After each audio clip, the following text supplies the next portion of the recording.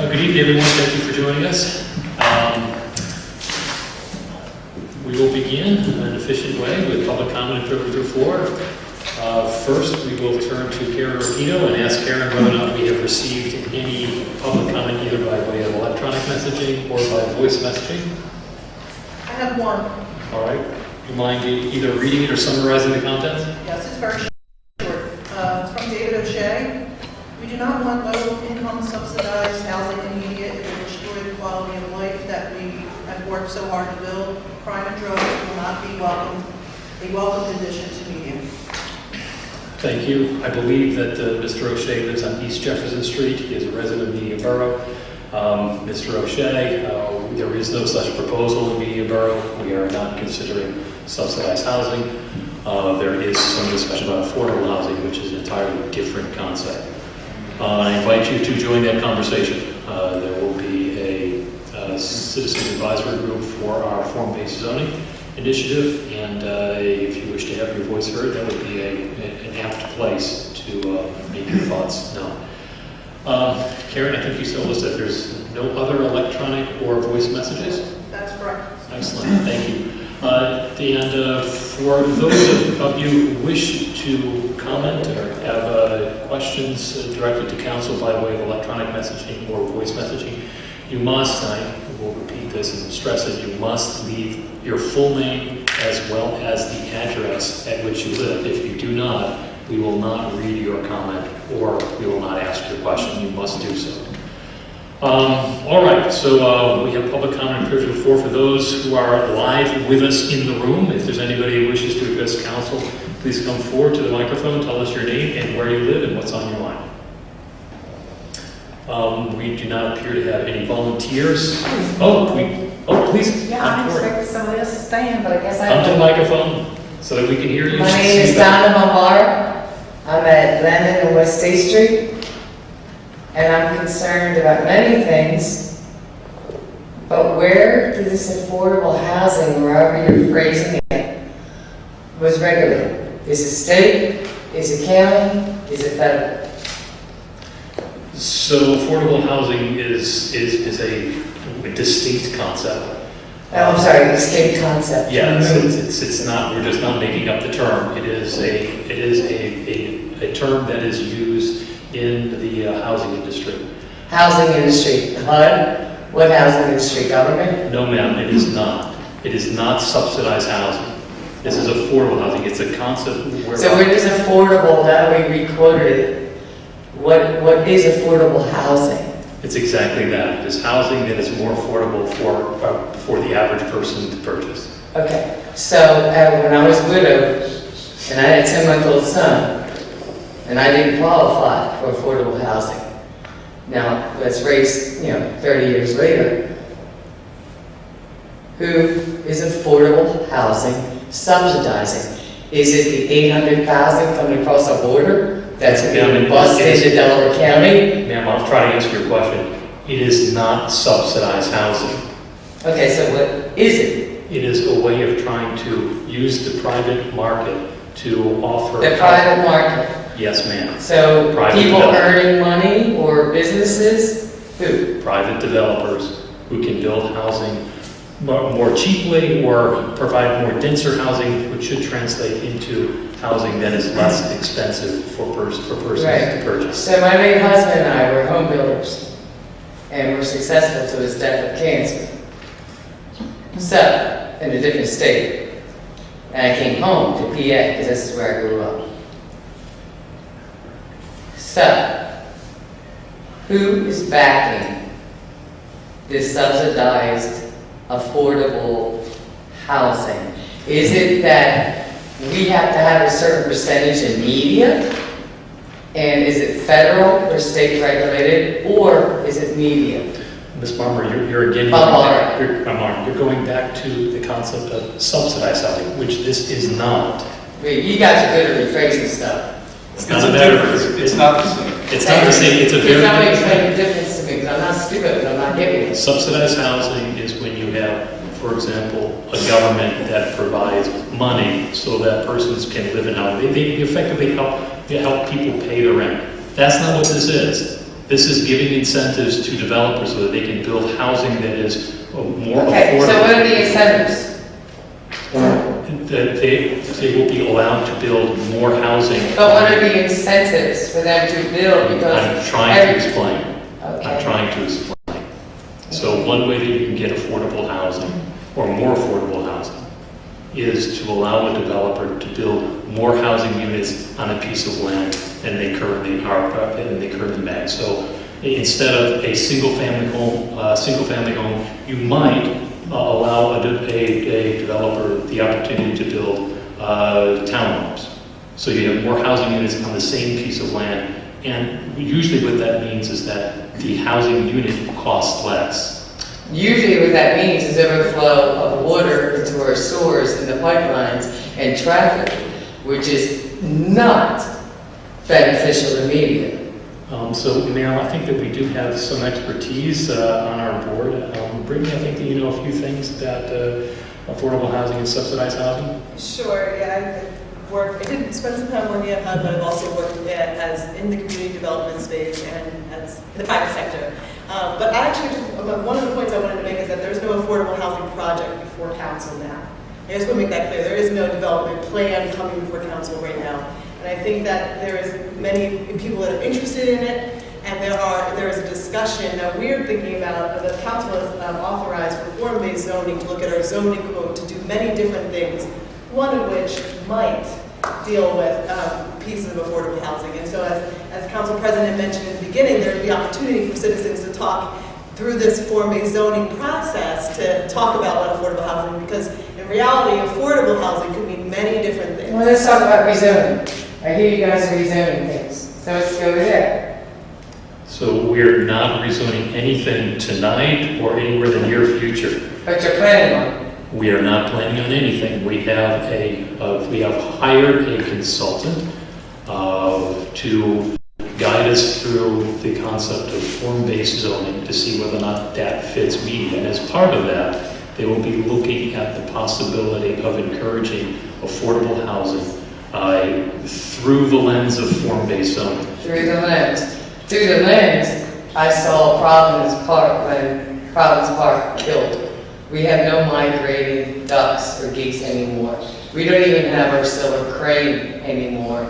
We don't have 50. So, what my point is, and I see you're getting upset with me speaking. I'm not getting upset. I'm not following your train of thought. That's all. Oh, I can see that by your positioning of your body. But my point is that you're bombarding us with building, overbuilding, with the one across what used to be Burger King, down here by Glen Providence, over 200 some units. It's destroying not only what we love as the outside, but you're also destroying us by the taxes, because it's 15% increase, and yet that's why people come to media, because the businesses pay our taxes. 300 units, 500 units already pay our taxes. I'll sit down now, but we are watching. Sure, thank you. We have not raised our taxes in media since 2005, I think it's been. If there have been increases in taxes that have not come from... Well, your residents are saying different. Well, they might say different, but it is a fact that we have not raised our taxes, our property tax, in over a decade. There has been an increase, there's been a change in the amount that is paid to the county because there has been a reassessment, countywide reassessment. But overall, our taxes remain level. This is, as our editors pointed out, if you are concerned about what effect form-based zoning might have in terms of affordable housing, there is a wonderful opportunity to serve on a steering committee or to attend those meetings and express your thoughts. There's nothing here before us tonight. Thank you. You're welcome. And should I leave my card somewhere? Where I can be contacted, or how do I contact? Because the website's really confusing. Well, that's normally how we do it. It's by website, we'll announce it. So stay tuned. If you don't receive the Borough newsletter, you can sign up on our website, and you will get an electronic copy. It costs you nothing. All you have to do is give your email address, and you'll receive it. It will be announced there, no doubt. Does anybody else wish to address council at this time? Please come forward, tell us your name, where you live, and what's on your mind. Seeing that there are no takers or no further volunteers, I'm going to call someone to the microphone. Victoria, why don't you come to the microphone and say a few words about the library? Hello, I'm Victoria Young. I'm the board president of the library. And I'm here, first of all, I wanted to share a fun fact today. 290 years ago today, our own Ben Franklin created the library company, and 50 other community leaders.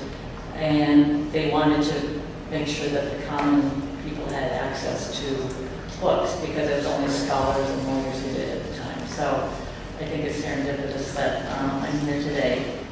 I wanted to talk about the construction of the building that we had in 2015. And prior to the building, the library operated very efficiently. Knowing and considering that the library, hopefully, it's been around since 1901 here, so hopefully we'll be another couple hundred years, and of course fulfill our obligation. There's a couple points I did want to bring up as well. Previously, before the construction of the building, the borough did provide benefits to our full-time employees, and then I believe it was deemed after the construction that they did not want to offer that benefit anymore. And of course, during the construction of the library, there was furloughed and employees who left, so our expenses went down considerably. So from 2017 to 2019, our personnel costs went up 35%. In addition to, the board felt it was right and the right thing to do to offer our full-time employees medical benefits. So that is part of the increase of our costs.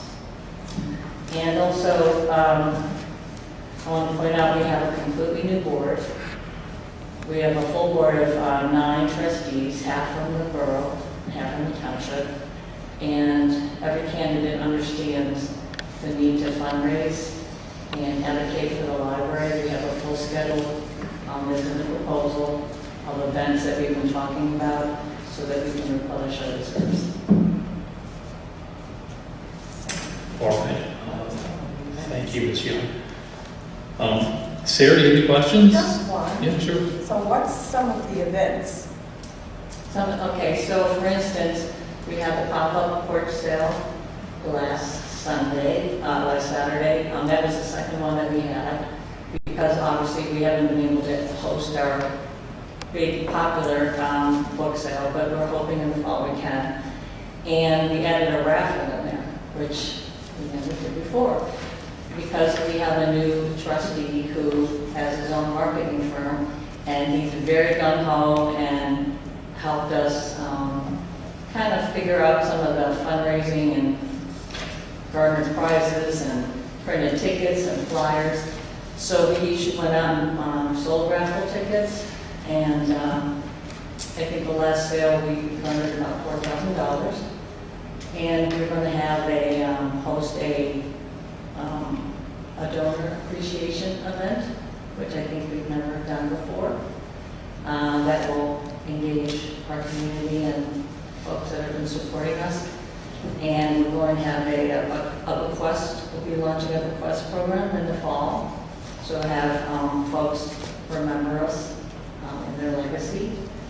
And we're working on those brochures now. And there's another thing called like a supplement, and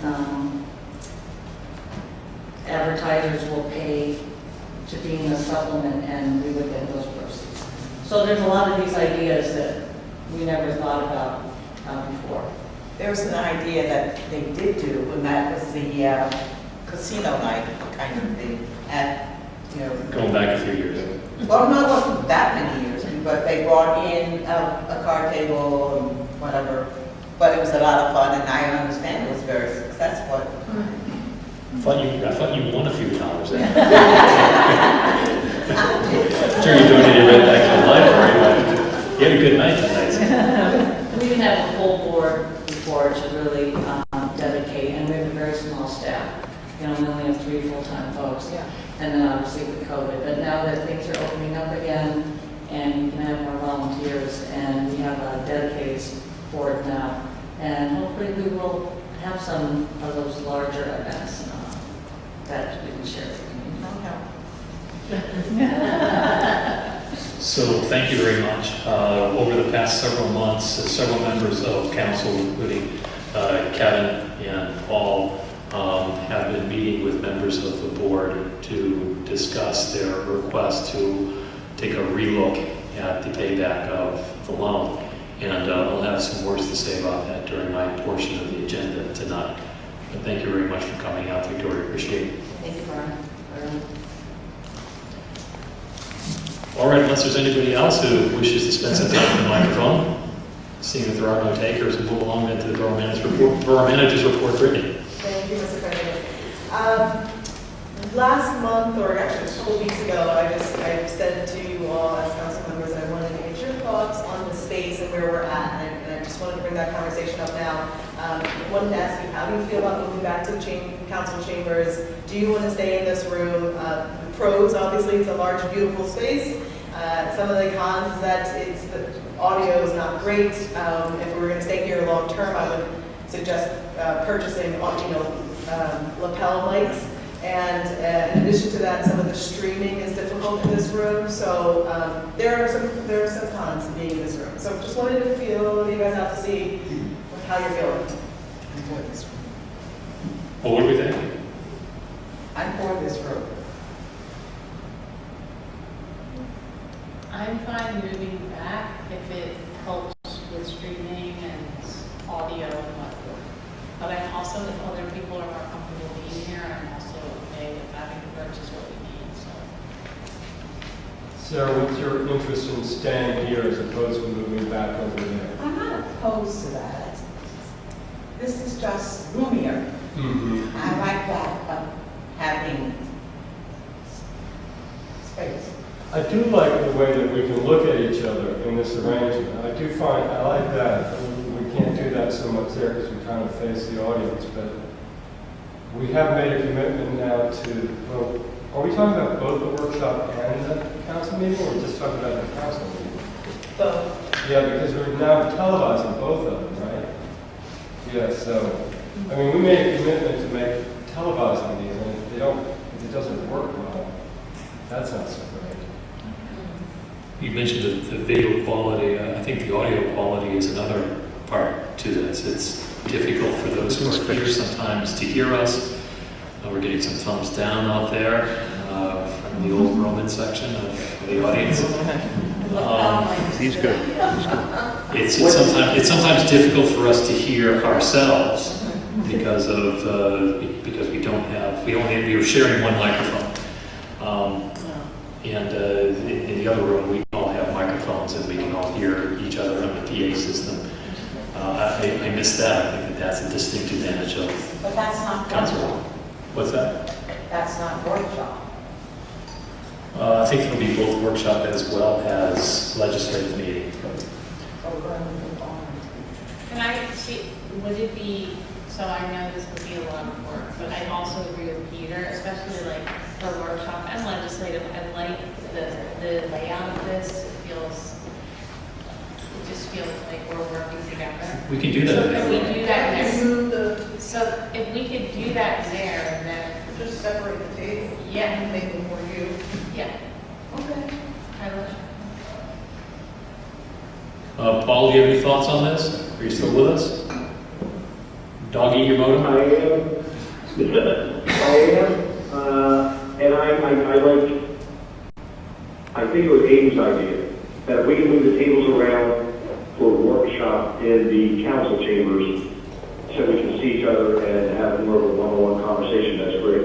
And then move the tables back for legislative meetings, as we always have. So I don't think we want to incur the cost for audio and visual for the community room, because hopefully it will not be much longer, that we will all feel completely comfortable back in our original environments. So I just want to be clear that I would actually prefer this style for both legislative and workshop. Mine being extra work, but that's just me. So do we have a level of comfort from everyone to go back to council chambers? Yep. So Brittany, does that help you? It does, thank you. Okay, good. So for those who are watching, for those who are otherwise participating, and who wish to participate at our next meeting and forthcoming meetings, it looks as if we're going to be back in the council chambers, at least for the short while. We'll see how things work out. Which shouldn't be that difficult. If you can find this place, you can find the other place. It's right down the hall. All right, anything else, Brittany? Nothing else, thank you. Remember, anybody in council, any questions for Brittany? Well, then we'll move on to the engineer's report. My name is Susan Lynch. I'm sitting in the Matson. I'm on vacation. You're answering it all. My name It's is Susan, Mike.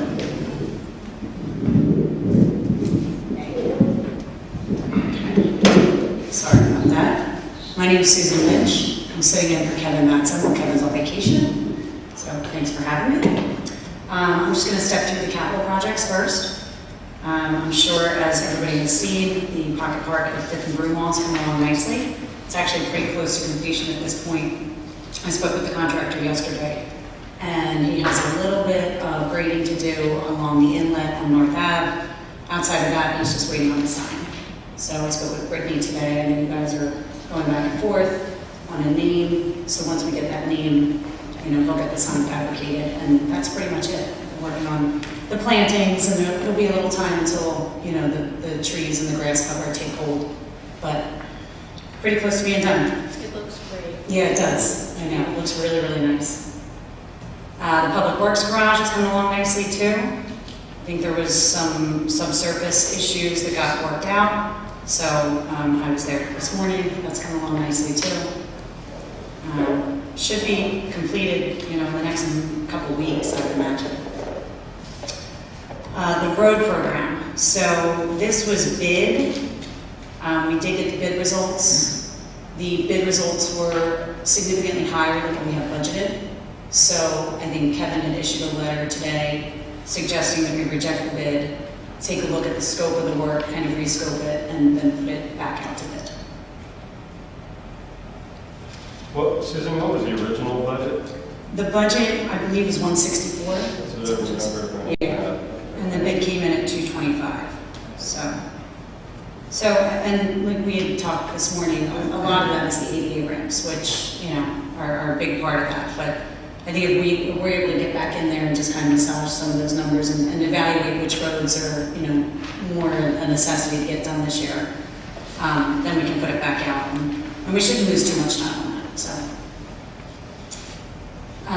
Veteran Square awning, plans, I believe you guys all know that number came in a lot higher than what we had anticipated as well. So kind of in the, going back and forth phase of trying to figure out what works best there. I know we had talked about possibly retractable awnings instead of the plans that we got, but like I said, we're kind of back and forth trying to figure out what works best, and especially in terms of the funding. Wayfinding, moving forward with this, we're just assembling the contracts. Once we get all that organized, they're ready to get moving. So we had the pre-construction meeting already, just waiting on the notice to proceed until we get all the contracts assembled. Stormwater, I think there's a couple of different stormwater projects going on. McCormick Taylor has a few of them. I know we're going to put one out to bid this summer. I think that's it in terms of larger stormwater. Sidewalk improvements, looks like that's under design. The Trader Joe's, the armory maintenance, that was awarded at the last council meeting. So again, that'll be, contract assemblies underway. I haven't had a pre-con meeting yet, but we'll get moving on that. The CDBG Orange Street Streetscape. This was another one. The bids that came in were much higher than the grant that we have. So we're either, Kevin and I are talking to the county to see if we can get a little bit more funding, or we're going to have to go back or have McCormick Taylor go back and take a look at why those numbers came back so much higher. So we're in coordination with McCormick Taylor and the county on that. And then lastly, for capital projects is the APS. So that was awarded, the audible pedestrian signals for Baltimore Pike.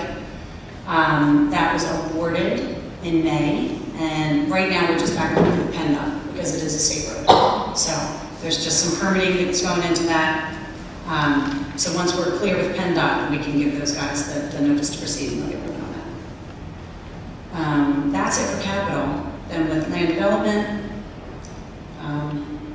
not much in terms of anything that you don't know. Under review, the Walk at 6, 401 West Front, 409 Vernon, Lewis, they're all kind of under review, back and forth with the applicant. And construction, that's about it. I think that's all I have. Well, we remember at the council, any questions for the engineer, Ms. Lynch? I have two questions for you. One, do you think, Susan, that the bids that we received on some of these projects reflect the sort of economy-wide inflation of contractor costs? Good possibility. I mean, I know things are skyrocketing right now. Even with the sign, we were getting some pushback on with Fifth and Broomall. They were saying the longer we wait with some of those materials, those prices are just going up and up week to week. So, good possibility. I'm not entirely sure with the CDBG streetscapes. You have to get into a Coleman Taylor's design, but it's a good possibility. I think it might be useful for us to know, from a planning perspective, that a project that might cost this much at this time might cost a little bit less if you were to wait half a year or a year. Okay. So if you or Kevin kind of give us your thoughts about that, that might help us in terms of planning some of these projects. Okay. The other question I have is this: is there any symbolism to your nails? I knock them down, and I'm usually a very boring person. And I said, "Come on, it's 4th of July. Let's do something fun." So here I am. It is around the corner. 42 years old with Very American good. flag on my fingers. Thanks, Susan. Yes. Can you give us an update on the stormwater management project on all of the 800 block of Right. So I was out there yesterday as well, and I spoke with the contractor. We gave him the go-ahead to do it, and similar to what Steve Patella did next door a couple months ago. It's a simple project.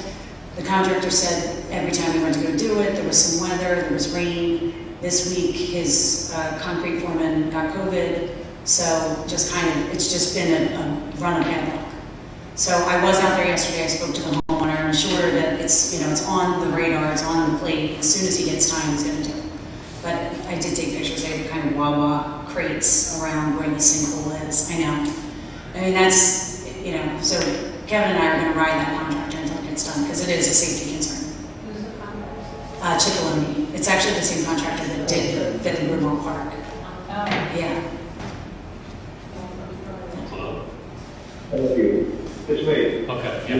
You've been, so now you guys, You caught us. You're back with us, Paul. thanks. Thank you, Susan. Any other questions? I just have one other one. They're doing a lot of work aqua on like 3rd Street. Are they then going to resurface that when it's completed? Yes. I don't remember Kevin said. Yeah. They usually have to wait 30 days. I know it's been more than 30 days. Well, no, actually, they just finished last week, but they're just working that whole area. Yeah, it's normally PennDOT standards. You have to wait 30 days to kind of have everything set up. So they'll probably still do it this summer. Okay, great, thank you. Yep. Alrighty then, Susan, if you wouldn't mind passing the microphone down to Scott. Solicitor's report, Mr. Scott. Thank you, Mr. President. I do not have anything to report tonight. Any member of council have any questions for Mr. Scott?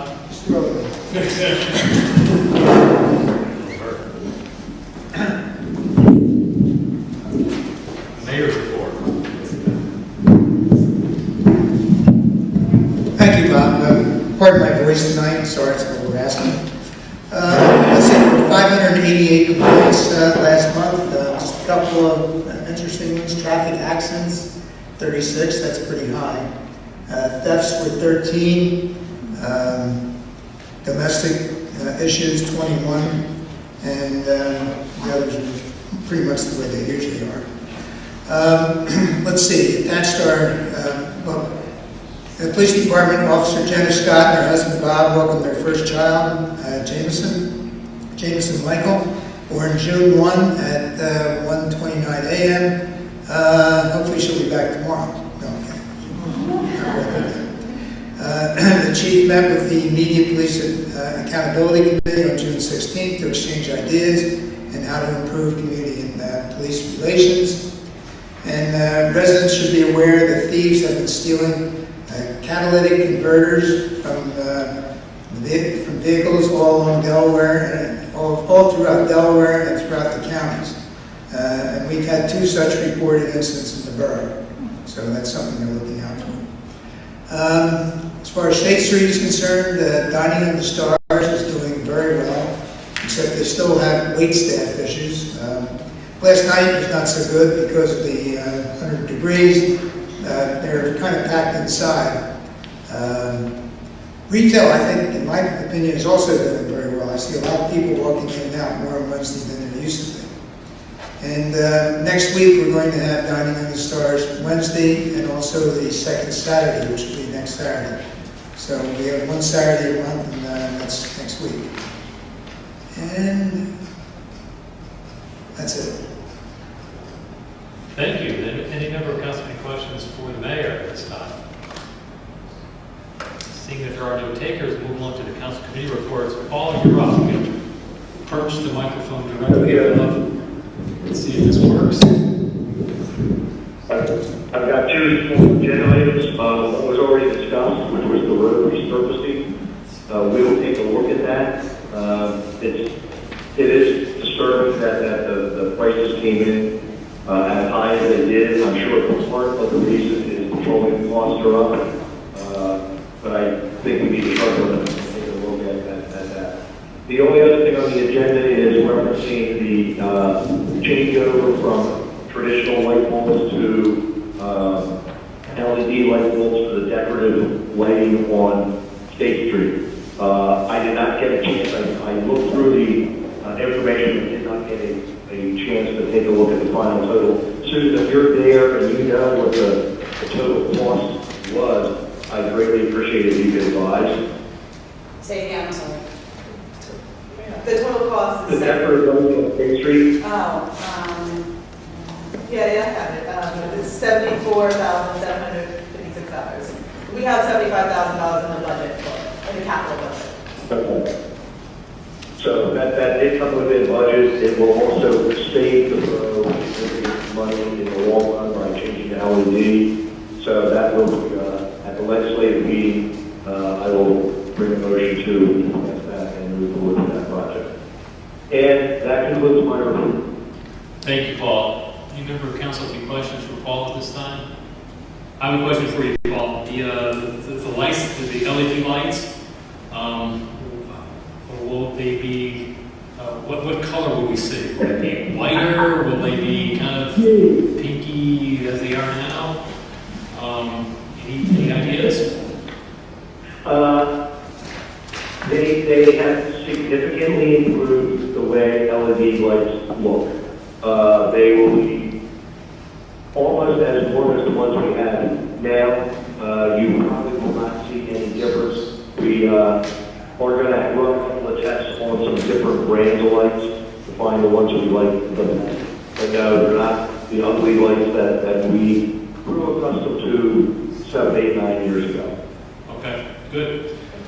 All right. And if I could just add, this particular contractor works with municipalities all the time and mentioned that this is always the biggest concern. And so, they're the ones who did the ones in Westchester and did them all over in the same exact look. So Councilman Robinson had asked for us to do the test and for the group of the properties committee and staff to make sure that it looks exactly right. So we will be focusing on that. Excellent, thank you. All right, we'll move along then to Councilman Lisa Johnson. I'll be pass this microphone on down.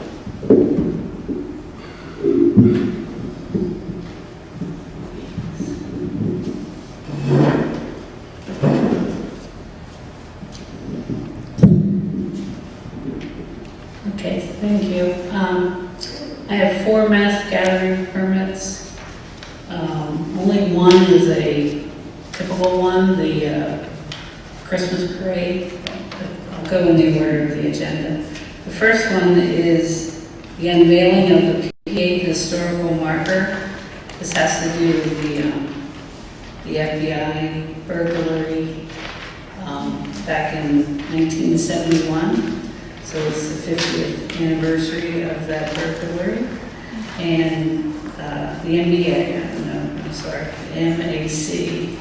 MAC is sponsoring this event. And they're going to have an unveiling of the marker. And then Mayor McMahon is agreed to give a speech. Did you know that?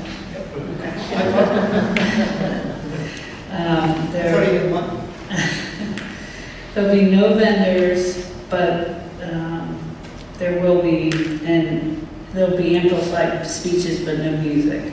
No music?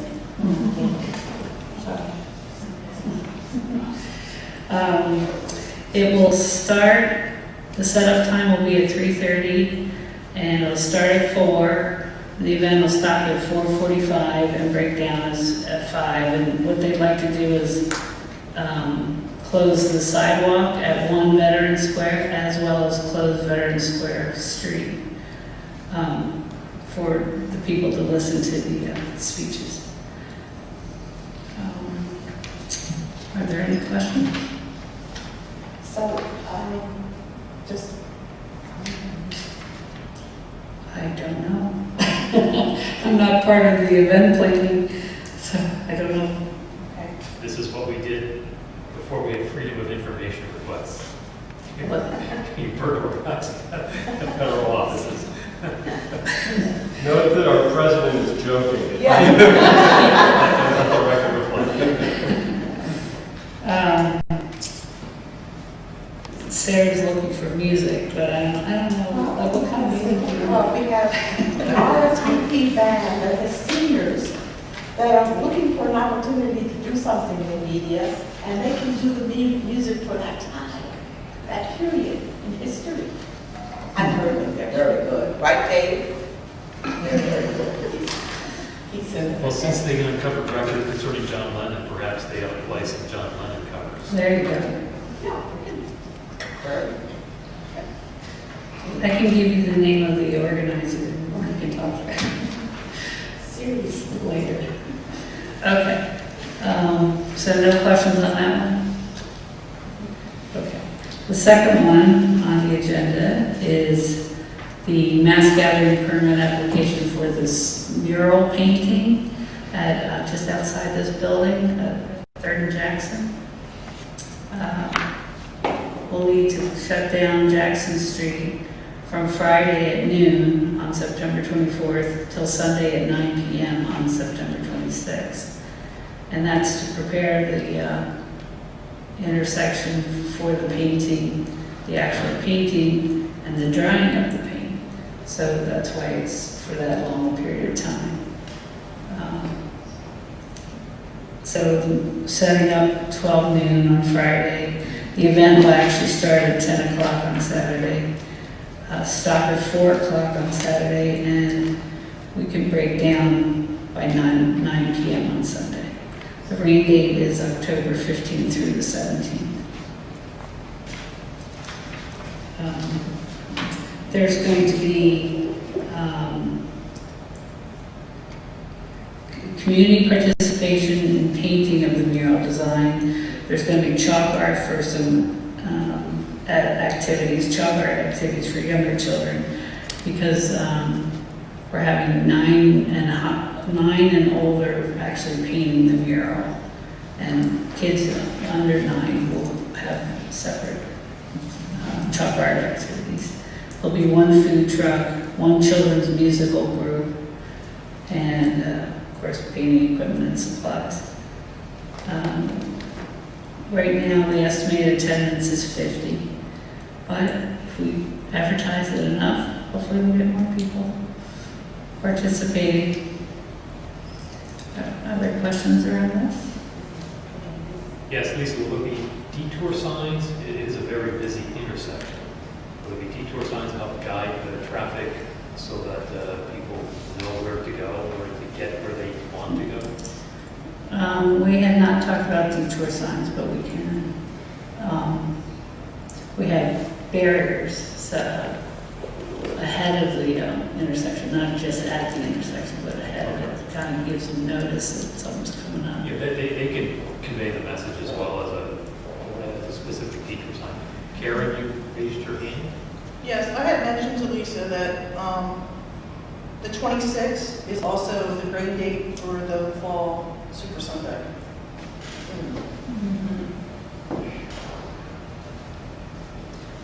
This is the Sunday for this event is strictly for letting the paint dry. But the road is closed. Right, the road will be closed, but there will be no activity. What's that? So, let's not pray for rain. Yeah. I also have a big event in here that Saturday, but I have let the renter know that they would have to enter the complex for them.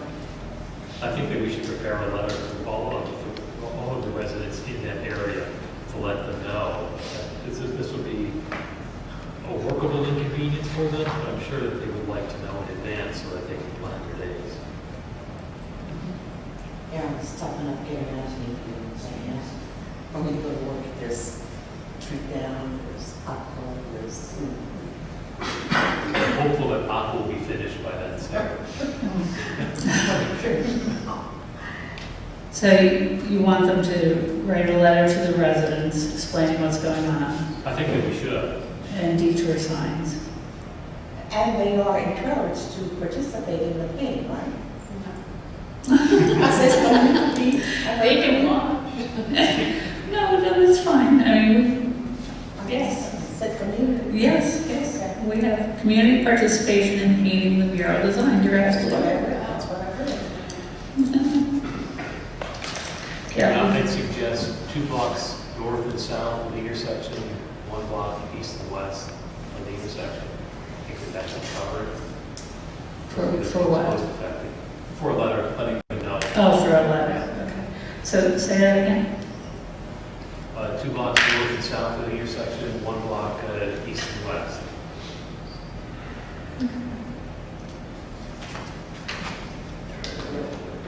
Okay. Anybody else? Okay. The next item is mass gathering permit for the Media Fire Company parade and housing of the new fire apparatus to be held on Saturday, October 2nd from 11 a.m. to 4 p.m.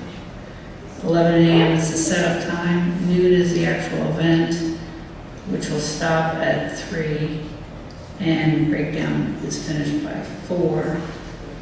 The housing ceremony takes place in front of the firehouse on Jackson, and they were talking about a short parade starting at 5 Points and proceeding down Jackson to the firehouse. The housing of the new pumper was postponed last year due to COVID. Local fire departments, borough residents, and government officials will be invited to help us celebrate the event. Food and soda will be served to the attendees. If we have the parade, approximately 20 to 25 pieces of fire apparatus will be attending. We estimate the attendance to be 200 people. No amplified music and no alcoholic beverages. Any questions? Have anything more to say yet? No. Okay. Okay. And the last one is our Santa's Parade.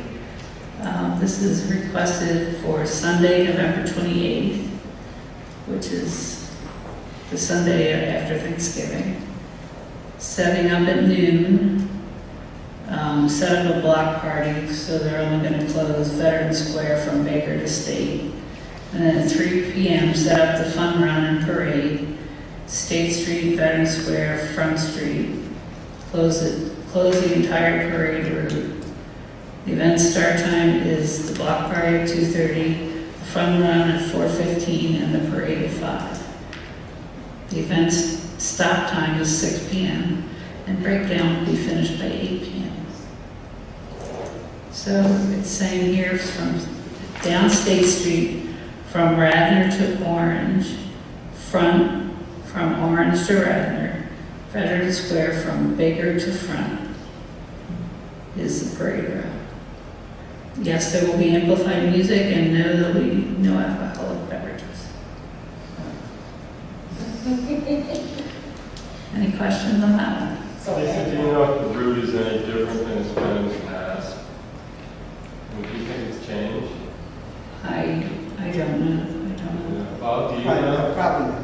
Okay. They use the same route that we use. Okay. Well, it's worked well in the past, so. Yeah. Yeah, I don't think it's different. Okay. Any other questions? I do have a question for you, Lisa. Can you remind me what the 5 miler is? September. Is this Sunday? It's a Sunday. It's 12. Okay, 12. It's at 3 p.m. And then I have some folks ask me, are we going to do the garage sale day? And does anybody, do you know, or is that right?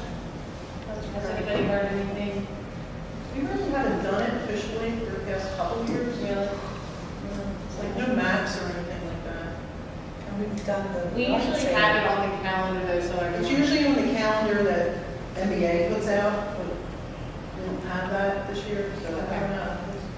It's been run for rec. Yeah, like, right, Yeah. but like you said, we haven't done maps for years. I mean, it's Right. usually right around that time. It's usually around the second weekend in September. Right. I don't think there's any reason why you couldn't do it. We just- Yeah, I think people want to know, yeah, because it's like just a day where everybody. Everybody just puts all their stuff out. Okay. So yeah, let's do that, right? Well, I mean, I got some. everybody called us, they said, feel free to put your stuff in.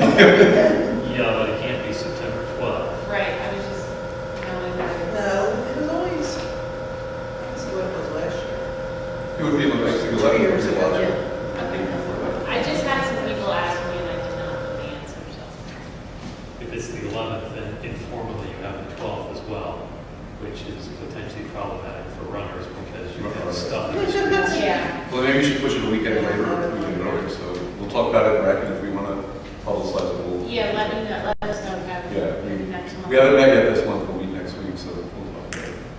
I think too, if we do that, because of the changes in public works and their approach to bulk trash this year, I think if Rec makes the announcement, they ought to include that statement about, Sure. don't put the stuff out on the curb because they're not going to pick it up. Exactly, yeah. It'd be great if we could time the garage sale close to the last Wednesday of the month, so whatever's left. I mean, just thinking. There's no reason we And couldn't then do that. that last Wednesday of the month will be a lot of work, but. So the week of the 25th. Yeah. But it's a. But someplace, the street, anybody wants to have it in this area won't be able to in the street. Yeah, there's a lot of Yeah. stuff going on this week. Anyway, yeah. Maybe we'll Sorry put to October. I don't know. open up that kind of. Maybe September won't work, maybe October. We want to do it, we still want to do it this year. Sorry.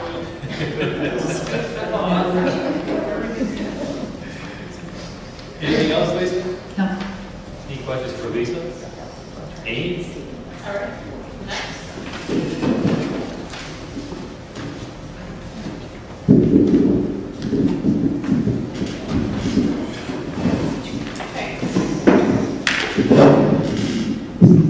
Just a couple announcements. One, just a reminder for everybody who's out there listening and folks in the audience that there is no farmer's market this Sunday as it falls on the 4th of July. So the market will resume the following Sunday, the 11th. Okay. Also, today was the big launch of the Borough-wide compost program. And just a reminder to everybody that if you would like to participate, composting is not mandatory, but it's highly encouraged. And so if you can refer to your flyer or your brochure pamphlet that was sent out to every resident, you can see that compost is picked up every Wednesday, starting next Wednesday by our Public Works team. And you can put out both your brown bag yard waste along with your yellow bucket. The yellow buckets can be obtained at Borough Hall during business hours, Monday through Friday. Also, if that time doesn't work, we understand a lot of people work and can't get to Borough Hall during that time, so the buckets will be available at the Media Farmers Market. We'll have volunteers there every Sunday. We're still working out the time. It might be around 11 to 1. Addie, do you remember? It was 10 to 11. 10 to 11, so just 10 to 12. And you can get your bucket there. Just a reminder, you have to live in the borough to be a participant of this program, so make sure that there'll be a map at the market for you to make sure that you do live in the borough in case you're not sure. I've brought buckets. Anybody in the audience, including our council members, if you want to bring home your bucket, I brought a few there, so feel free to bring that bucket home and put it out on the curb starting next Wednesday. So how much are the buckets? They're free. Just like a recycling can is free, your compost bucket is free, your tax dollars pay for it, but sure, it's free. Your first recycling can is free. Your first recycling can is free. Yeah, so it's probably a good idea if you write your name with Sharpie on the lid or on the back of the compost bucket, because sometimes it might roll away in a storm and somebody else might find it, so that's what we find is working. If you want to write that on there, and somebody can return it to you if it's... What's that, Abby? Pizza box. Oh, yes. So something that's really exciting is that pizza boxes have not ever been able to be recycled because of the grease factor and the ick factor. But now you can recycle your greasy pizza boxes, and you can put them out with your compost bucket and your yard waste, and they will be composted and thrown all together, intermixed with your yard waste, with your kitchen waste, and the pizza box. I think that media residents produce a lot of pizza boxes, and we have a lot of great pizza producers in this town, so that's a lot of waste not going to incinerator. I think just pizza boxes not going to the incinerator will really reduce our environmental footprint. So yes, thank you for reminding me that, Addie. I'll be reminding everybody every month about the program as it catches on, but the buckets are always there. You don't have to go pick one up next week. You can take your time thinking about composting. And if you have any questions or want to know more about how to compost, you can visit our website. You could call me. But it's really not as hard as you think it is. It's just like, instead of putting cans and bottles in a recycling can, you just take your waste from your kitchen and put it in a different receptacle. So I encourage everybody to check that out on our website and grab a yellow bucket when you can. That concludes my report. Thank you. Does anyone have any questions for Amy? All right, then we'll move along then to my portion of the agenda. I've got one item that is set up for action 2 weeks from tonight. That's 409 Vernon Street. It is a final land development. I really have nothing to say about that tonight because this is one of those months where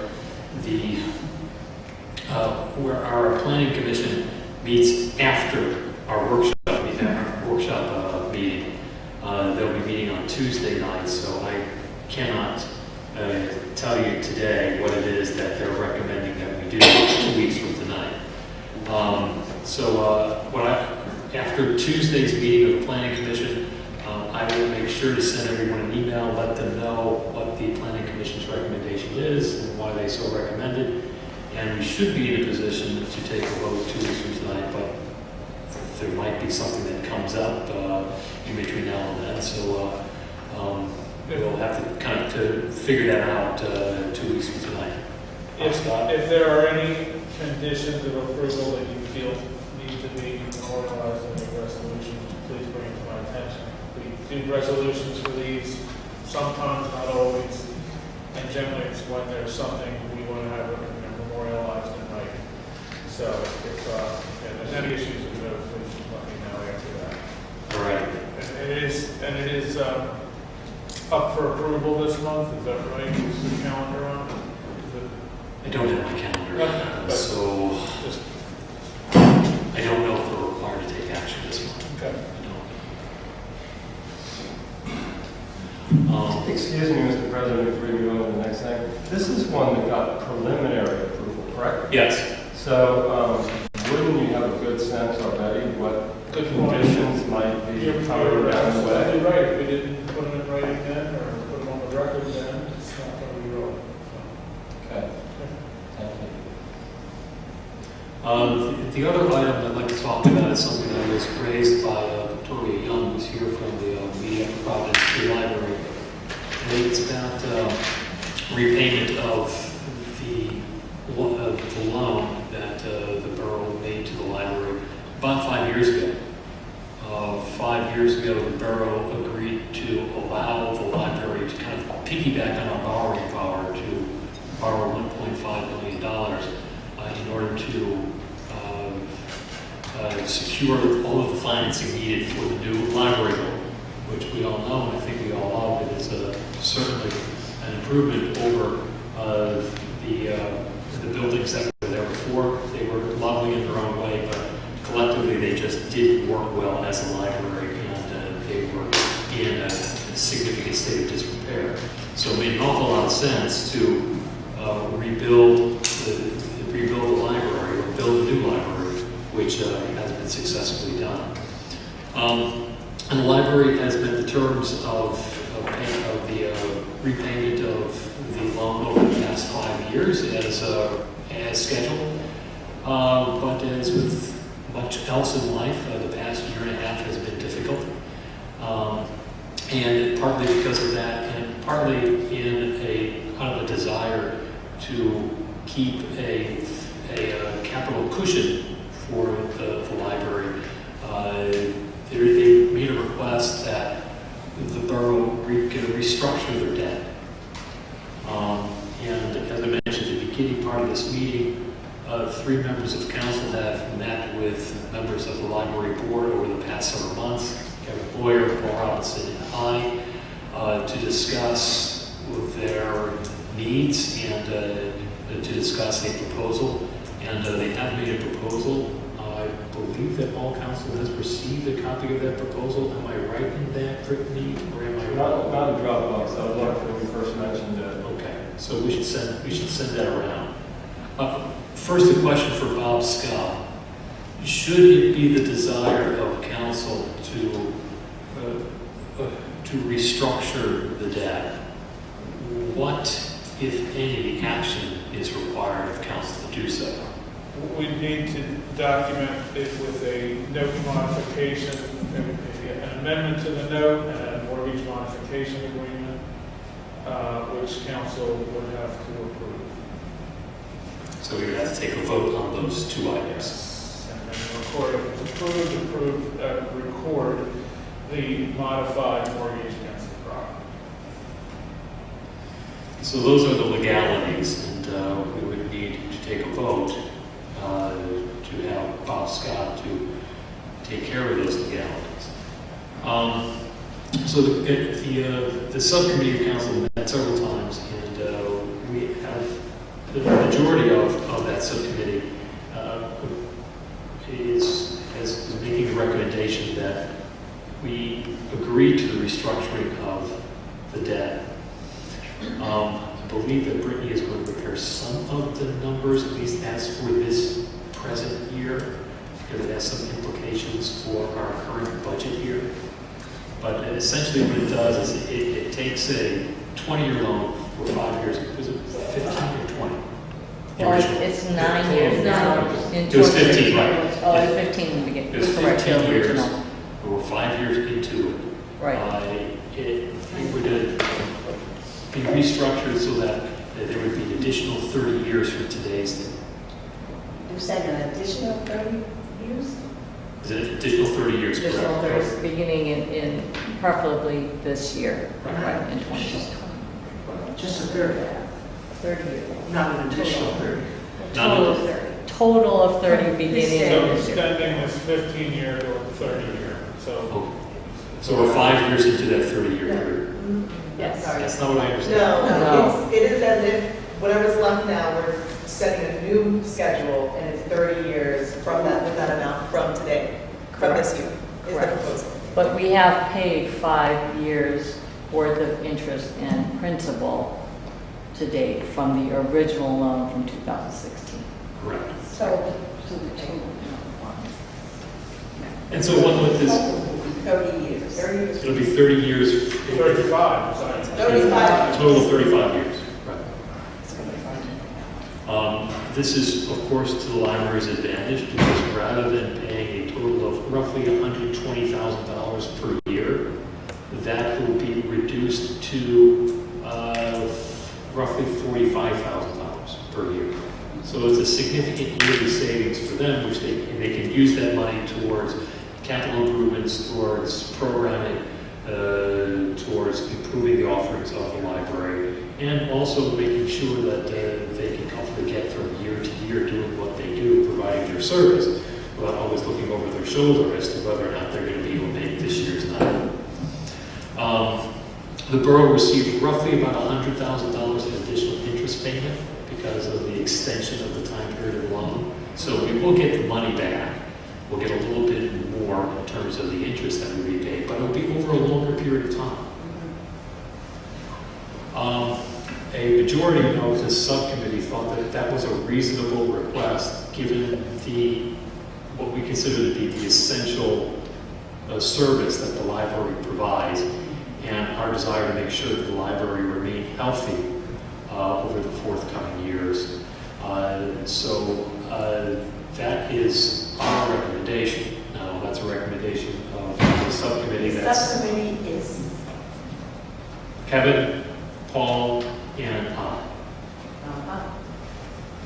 So two of the members of the subcommittee, Kevin and I, voted to recommend that council approve the proposal, and Paul was in the minority. Paul, are you still with us? I am. Okay. Paul, if you'd like, I completely agree with the extension, going to a 30-year, and really what that boils down to is we recognize that the library has paid off a percentage of their debt. We now take what the balance owed on that debt of the 15 years and extend that to a 30 year. So just so everyone understands, because I heard everything from it's a 35-year note. It's just taking what they owe us as of now and then recalculating that debt from the balance of what would have been 10 years to a 30 year. So I'm in full agreement with that. I think it's the best thing that the library do. They originally did not want to do that, and then came back and thought it might not be a good idea. So I'm in full agreement with that. Other areas of security to the borough is where they have a different mindset than particularly women. all right, and Paul, I did speak with Bob Scott just to confirm what the confession of judgment clause is and the current agreement with the library. And Bob Scott, am I correct in saying that the confession of judgment clause is also involves the property itself? Yes, the confession of judgment is not just that we would get a judgment, a money judgment. It is a confession of judgment for possession, which means that if the library is default, the borough can go to the courthouse without having to prove anything and file a writ that entitles the borough to possession of that building. For those of you that may not have heard this term, my fellow council people have heard the term confession of judgment. It basically, the library basically pre-admits to default. They sign a paper that says, we're in default. They do it now, and if we ever need to use it, we bring it to the court and say, they already admitted it, see?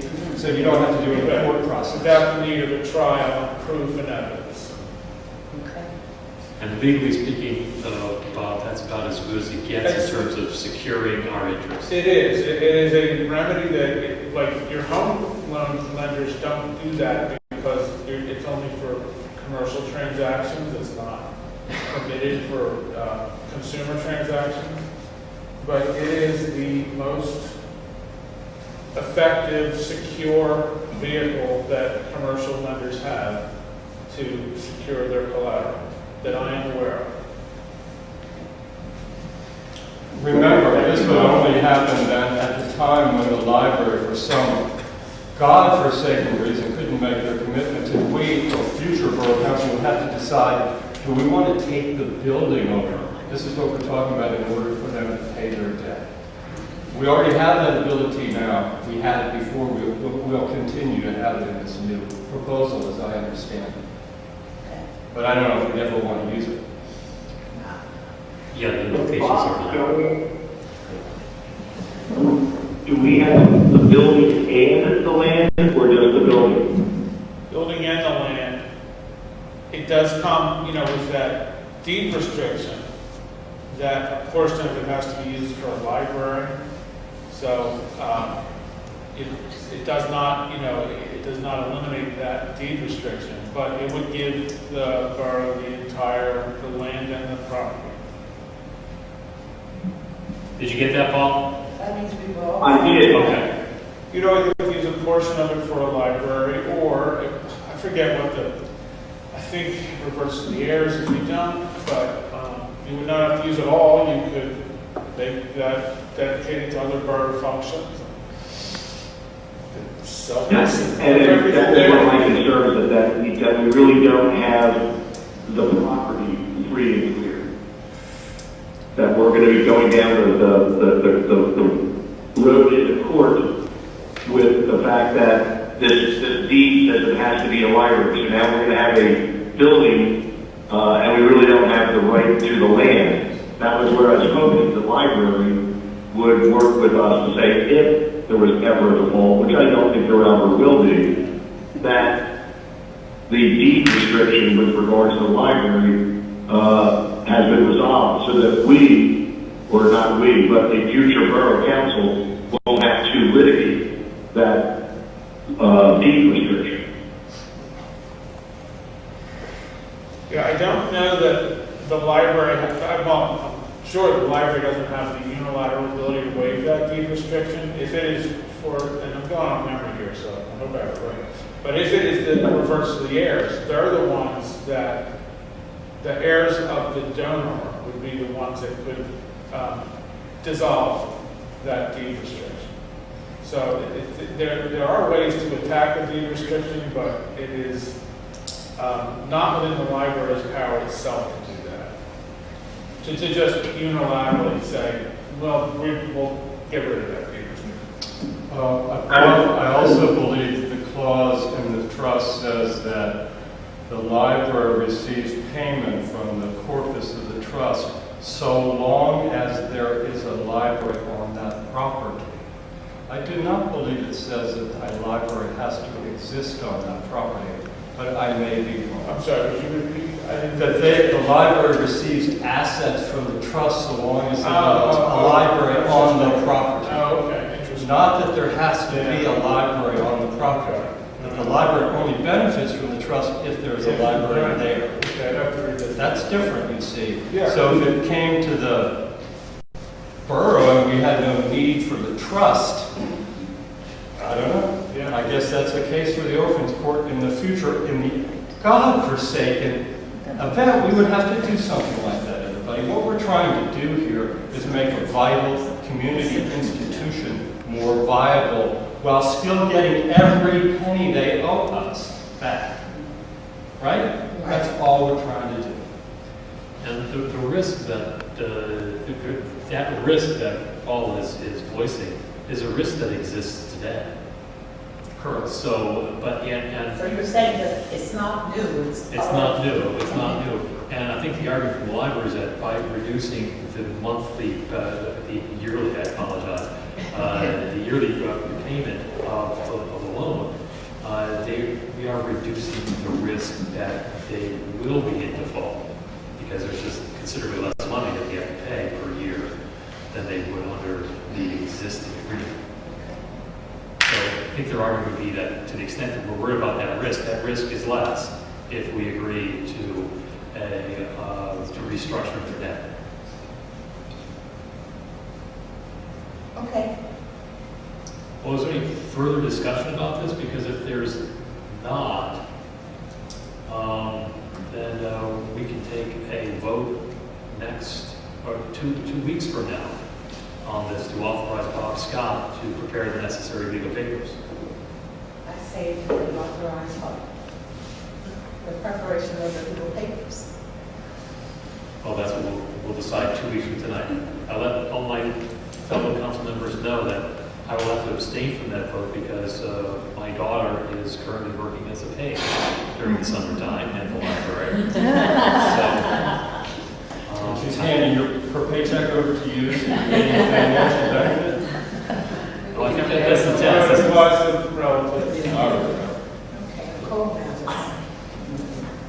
What's that, Bob? No, the conflict rules are whether your family member is benefited financially from the party you're voting on. It's not a huge benefit. But any other comments or discussion about this? Otherwise, we can move along. All right, Kevin. Thank you, Mr. President. Rec has not met yet, as Brian said, it's one of those deals where the meeting gets ahead of the other committees, so we will meet next Tuesday and we will discuss the garage sale day in the fall and try to plan that. But we do have this Sunday, our July the 4th event. We're going to do it at Borough Field.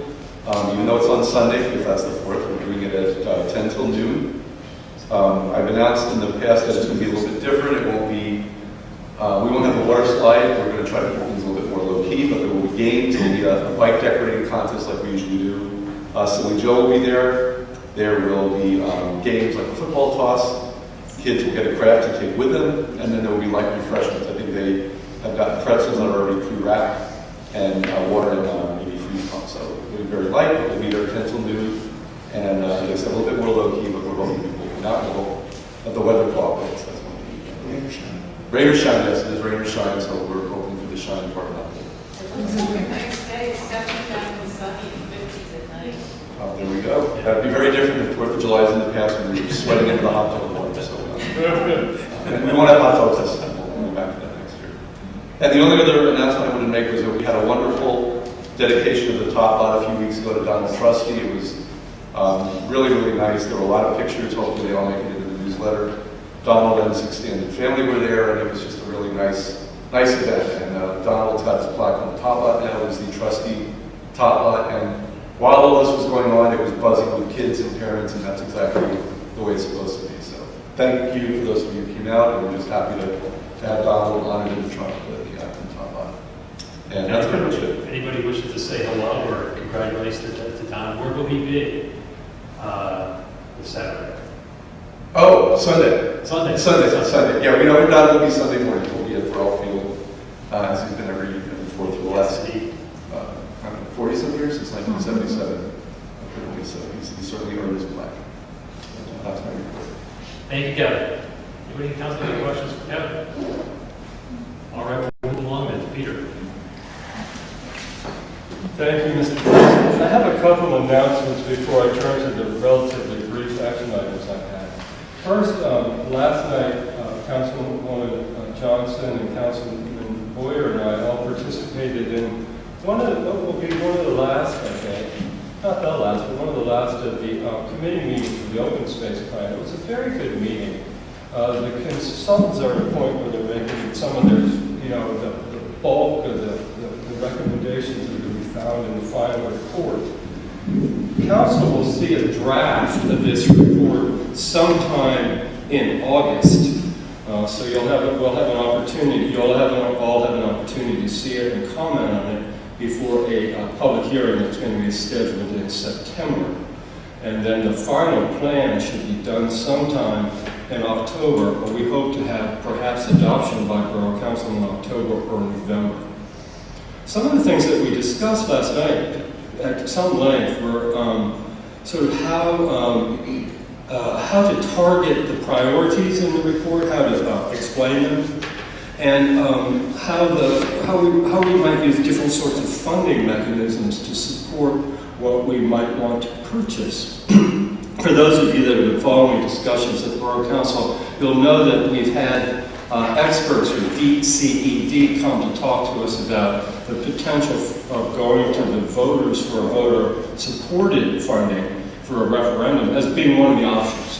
What we discussed last night was the likelihood of that being a potential number of options that the consultants recommend. But as far as scheduling, I might have told you before that were we to try to put such a thing on the November ballot, we would have to have it prepared next month. So the committee felt that in order to do it properly, probably the May primary next year would be the target date, if that were to happen. I just wanted to let you all know. And another thing that was really interesting that the consultants came up with, and I don't think we discussed it quite the length that we should have last night, was they would like very much for the borough to invest significantly in helping landowners do a better job of managing their yards for ecosystem outcomes. In other words, wilding your backyard so that there'll be more birds and insects and so forth in your yard, which is interesting. I can't wait to hear more about it. On the park at 5th and Broomall, I think, though I have not discussed it with the staff yet, but I think we probably should have some sort of soft opening when the grass can support it, and then a more formal opening later on where we can have such things as cutting ribbons or so on and so forth, and speakers. You need the name right away. Speaking of the names, so perfectly you would give me that transition. I didn't even have to tell you it's there. Very well done.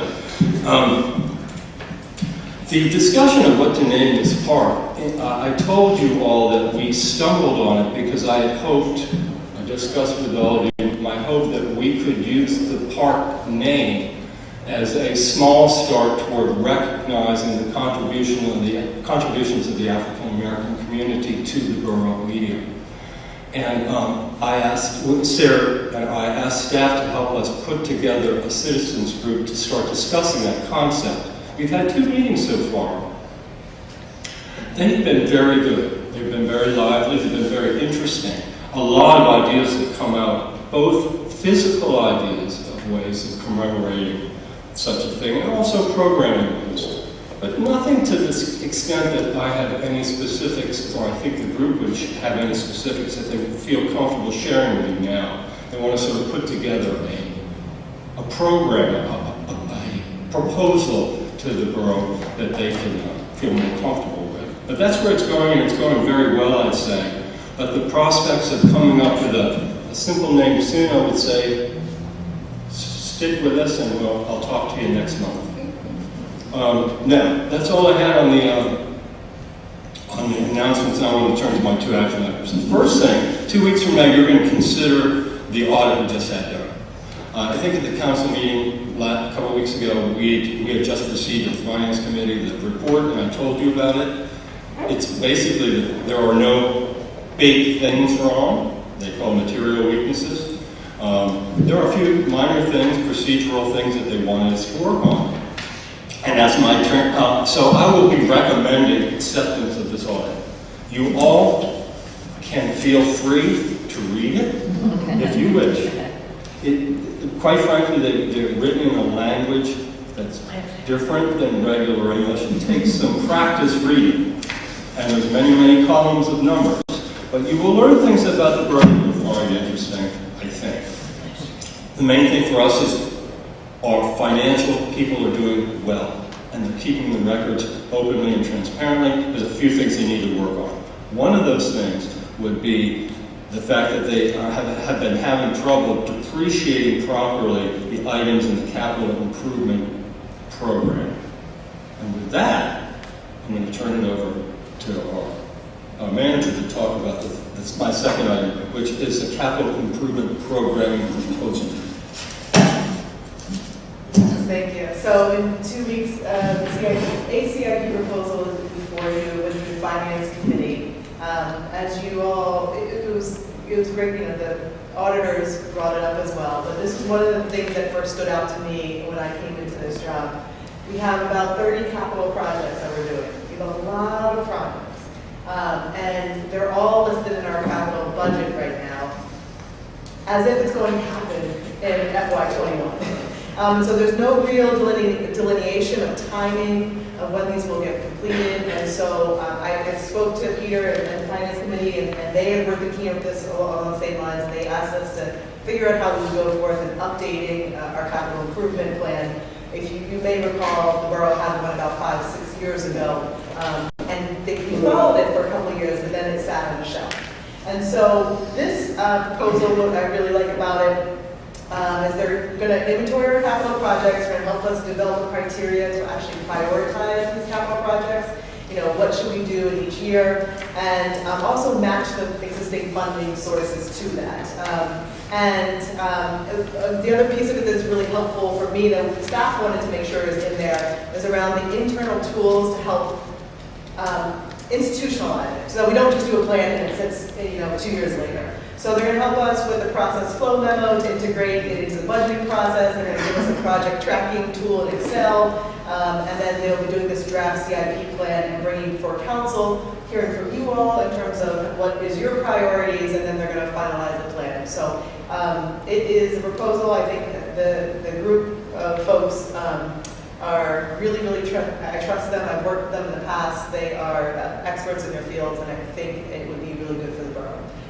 The price or the cost is $18,500. We have budgeted, line item for consulting around $21,000 in this fiscal year, so it will be within budget.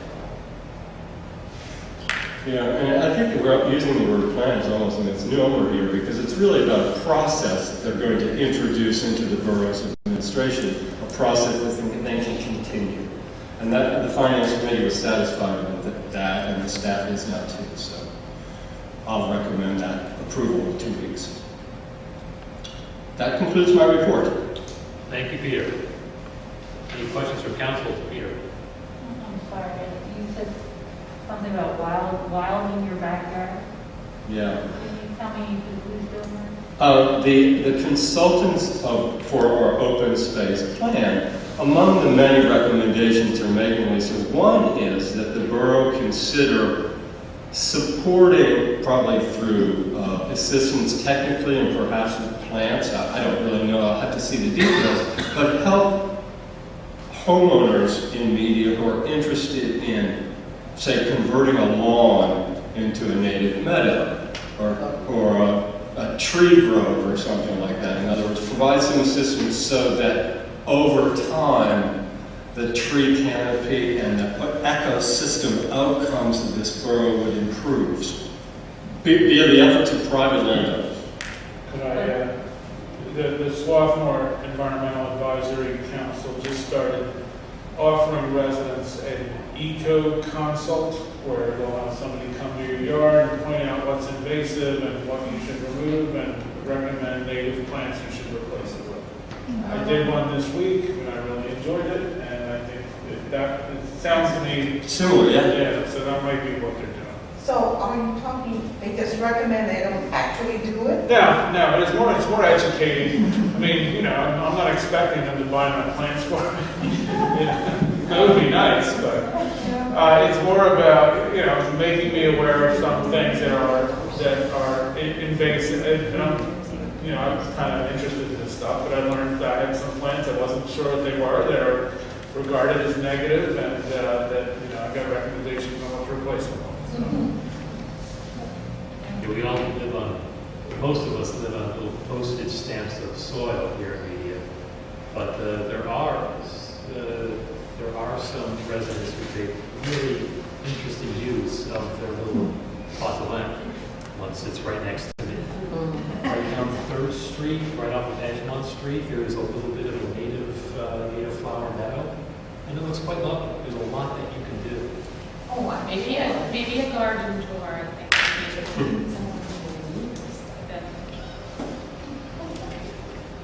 Well, thank you, Lisa, for your question. Any other questions for Peter? Sarah, light shines on you. Yes, okay. Good evening. I really have nothing to report, but I do have something to share. And that is, I said something the last meeting about oh no, I've got this big voice, please. It's for the people out there. Yeah, I think he. And everybody watching at home, Sarah. Think about that.